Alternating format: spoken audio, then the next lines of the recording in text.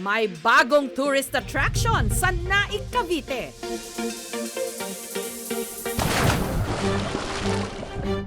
Meron itong 1,600 square meter na swimming pool na pinalilibutan ng mga cottage. Pwede ritong sumakay ng ATV.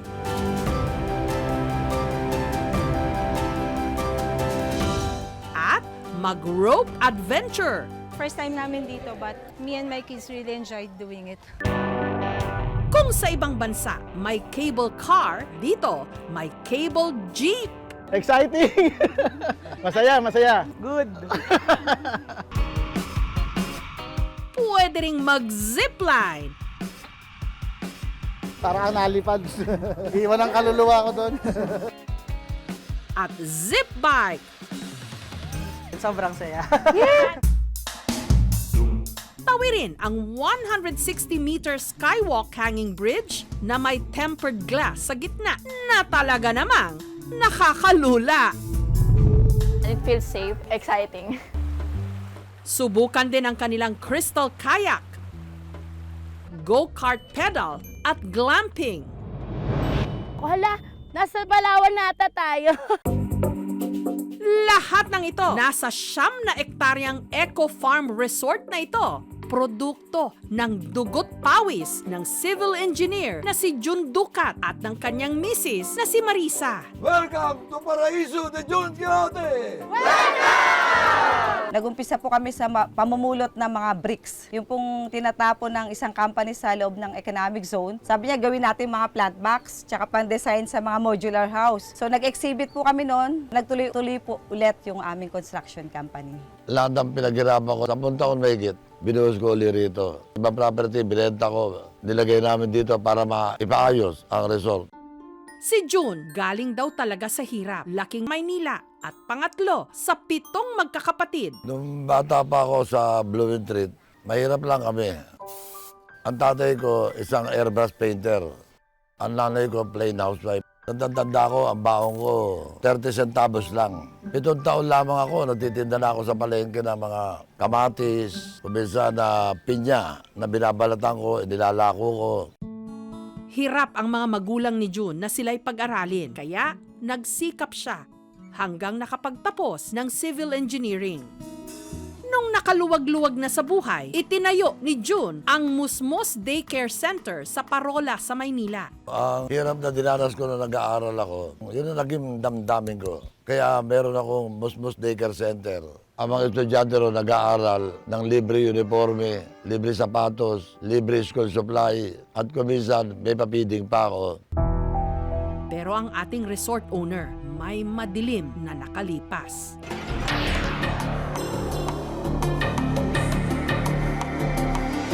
Update po tayo kaugnay sa hostage crisis sa Maynila. Yes, Rafi, patuloy pa rin ang nangyayaring standoff dito sa Bonifacio Shrine. Kaugnay ng nangyayaring hostage crisis. 17 taon na kasi ang nakararaan. Umaga ng March 28, 2007.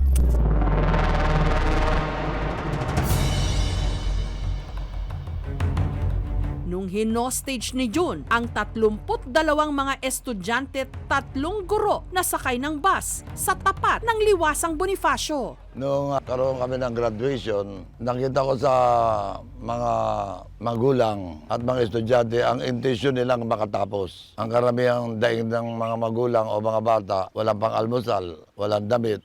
Kailangan siguro dagundungin ko sa pamamagitan ng isang marahas na pamamaraan. Huwag po kayo magagalit sa akin. Sapagkat nasasabihin ko katotohanan. Kung meron ng edukasyon, ang mga kabataan, magkakaroon sila ng disiplina. Hindi sila magiging hati, hindi magiging lasingger. Kung meron, naintindihan pa ninyo ako. Isa sa mga batang estudyante na na-hostage ang nooy 7 taong gulang pa lang na si Zainhon. Alam ko magpi-field trip kami. So, excited ako ng mga araw na yon. Huminto kami sa tapat ng City Hall Manila. Nakita ko na po talagang may mga armas sila, bomba. Tapos mayroon dala-dala si Sir Jun Duat na baril. Ang mga armadong hostage taker kasama na pala nila sa simula pa lang ng biyahe. Isa kasi rito ang may-ari mismo ng pinapasukan nilang daycare center sa Parola, Tondo na si June Ducat. Kasama ang isa pang lalaki, si Ogie Carbonel. Nakaramdam din naman po ako ng takot. Nagalit ako, ikaw ba naman papayag ka na hostage mo yung apo ko? Kung nakita ko lang siya, baka nasapak ko siya. Pangit yun eh, dadamay mo yung apo ko. Para kumalma ang mga bata, nilibang sila ng kasama nilang guro. Ang isa sa kanila, si Marie. Lord, ano nangyari? Ba't ganito? Pagkalam namin, outing to. Ba't dito napunta kami? Kasama ni Teacher Marie sa dapat sanay excursion ang 3 niyang mga anak. Pagkasilip ko rin po nun sa may bintana sa bus na may nakita rin ako mga baril ng pulis, nakatuto kay Sir June Ducat. Si Ramon naman, ama ng isa sa mga hinostage na bata na si Angelica. Kumusta ka naman ngayon? Niisip ko lang yung anak ko kung hanggang anong oras sila dyan. Nakita mo siya kaninang kumakaway. Ano yung pakiramdam mo kanina? Hindi ako mapakali, umiyak nga ako eh. Binigyan din daw si Teacher Marie ng pagkakataon ni June na makalabas ng bus at tumakas. Kung sinong gustong bumaba na. Tinanong kami. Wala pong gustong bumaba.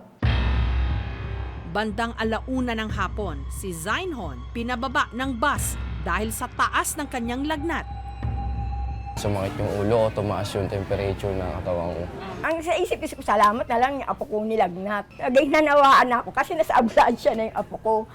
Ang hostage drama inabot ng gabi. Ang mga magulang na nasa Liwasang Bonifacio noon, nagsindi na ng kandila. Ang pinakamahalaga dito yung komunikasyon. Dapat natin tandaan maging kalmado lang tayo at makipag-usap lang tayo ng normal. Huwag din tayong magrereklamo o kayo makipag-away dito. Pagbigay alam nyo agad sa otoridad. Huwag na huwag kayong makikialam. Hayaan nyong hawakan ito nung may mga aral dito, yung mga tinatawag nating hostage negotiation expert. Ang demand niya, welfare nitong mga bata at pamilya nila. Number 1, yung education ng mga bata na yan. Pangalawa, yung livelihood at pabahay. Sinang-ayunan ko siya doon sa mga sinasabi niya.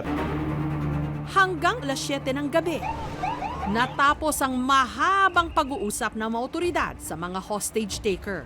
Tuluyan ang pinalabas ni June ng bus ang kanyang mga bihag. Parang tila hinahalikan pa yung mga bata. Yes, isa-isa. Sapagkat yung mga batang yan ay nasa daycare center na ang may-ari si Mr. Ducat na libre ang pangangalaga sa mga batang yan. Hindi isa sumisingil. At saka siya sumuko sa mga otoridad. Mga kapuso, tapos na po ang hostage crisis dito sa lungsod ng Maynila. Dinala sila sa Manila Police District. Sinampahan ng patong-patong na mga kaso gaya ng serious illegal detention, illegal possession of firearms and explosives, at child abuse. Hindi nyo ba pinagsisisihan yung ginawa ninyo? Kahit nidanas ng dugo ko, papaalam lang sa taong bayan kung anong dapat gawin. So pinaninindigan nyo yung ginawa nyo? At ang mga dala nilang armas. Pananggalang, una, never kami nagpoint ng baril sa otoridad, sa mga bata. Humihingi ako ng paumanhin sa isang maras na pamamaraan upang maipahayag ang kakulangan ng pamahalaan sa mga maliliit. Doon sa mga tao na umuusga na mali ang pamamaraan na ginawa ko, bakit hindi nila puntahan yung mga squatter area? Ang katulad ko ba palagay ninyo, papansinin? Kung magsabi ako sa isang mapayapang pamamaraan. Ang mga bata agad na dinala sa ospital ng Maynila. Si Ramon, hindi na binitawan ng kanyang anak na si Angelica nung nakababa ito ng bus. Ano kung kwento niya sa inyo? Hindi naman po siya kasi makapagsalita. Ako na magulo na.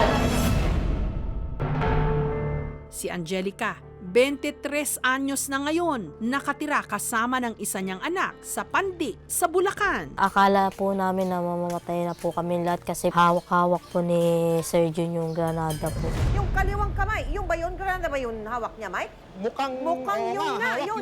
May plaster, parang may plaster pa yata. Parang may plaster yung kamay niya. Naaalala ko lang po kasi yung nangyari po sa anak ko na hindi po namin alam kung ano po yung gagawin namin. Kasi bilang magulang po, siyempre takot at kaba kung baka mamaya magpaputok po si Sir Ducat sa loob ng bus. Nagalit ako kasi bakit ginamit niya pa yung mga bata? Pwede naman siguro sa ibang paraan, di ba? Kumbaga, sinangkalan niya pa yung mga bata. Hanggang tuluyan ngang nakulong si June. Ito ay kakarapin niya yung paglabag sa Revised Penal Code na Article 267. Ito yung serious illegal detention kung may pagbabanta, pananakit. Ito ay may karampatang parusa na reclusion perpetua. Ngunit dahil wala ni isa sa mga biktima ang nagsampa ng demanda laban sa kanila, makalipas ang 1 taon at 9 na buwan sa kulungan, naabsuelto si June. Paglabas ko, negative 15 million ako. Lahat na equipment ko na ibenta. Ang ilang property na isanla para masustinihan ko ang labang ko. Hanggang nagtayo siya ng sarili niyang construction company. Nung paglabas ko, ako pa rin ang tinangkilik nila. Sabagat sa panahon lang ako'y nangunguntata sa kanila, wala tayong project na hindi na abot ang time frame. Kinalaunan, sa pagsusumikap ni June at ng kanyang misis na si Marisa, nakapagpundar sila ng Eco Farm Resort sa Cavite. Daan-daang milyon na investment dito. Nagkaroon kami ng covenant, sumpaan namin pamilya, na ang kalahati ng kikitain ito, pagpapagawa namin ng isang malaking ospital na libre, doktor at gamot para sa mga kababayan kong mahihirap. Sabi nga ni Sir Ducat, ay salamat, hindi kayo humiwalay. Kahit galit kayo sa akin, hindi kayo nawala. Tuwing March 28, nagkakaroon kami ng pagtitipon. Nase-celebrate kami ng anniversary. Kami nagkukusa na dumalaw sa kanya kasi nakikitaan din naman namin may magandang ginagawa din siya.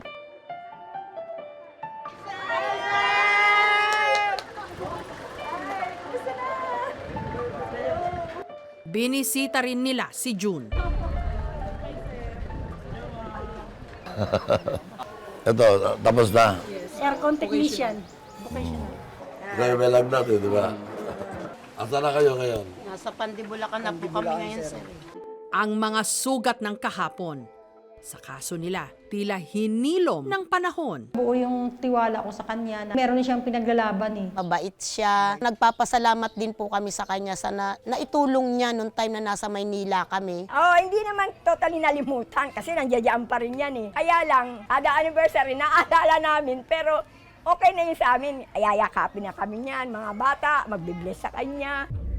It's almost abnormal na maging malapit sa hostage taker. Siyempre, maraming nabigay na tulong para sa edukasyon ng mga anak nila. Pangalawa, baka ang tawag dito ay blind following. Si Mr. Ducat, isang hero sa tingin nila, para siyang Stockholm Syndrome. Nagiging malapit ang mga biktima ng hostage taking sa hostage taker nila. Pero ang kaibahan rito ay hindi sila naging malapit sa hostage taker during the incident. Kailangan nating pumili ng pamamaraan na legal, and ang pag-hostage taking ay never acceptable whether in the eyes of the law or in the eyes of ordinary people. Ang paraiso ay kaloob ng Diyos na someday maniniwala ako na may potensyal na makapagbigay ng maraming trabaho. Kaya nga dinadaan ko na lang sa resorte, advocacy na lang. Si June Ducat, isang patunay na ang isang nagkamali pwedeng bumangon. Ang mga kabataan, magkakaroon sila ng disiplina. Sana lang hindi na kailangan pang humantong sa karahasan ang mga ipinaglalaban. Marinig at maaksyonan ng mga kinauukulan at hindi kailangang humantong sa karahasan.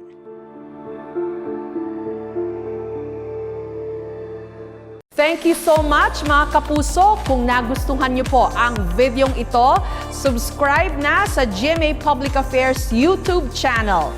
Don't forget to hit the bell button for our latest updates.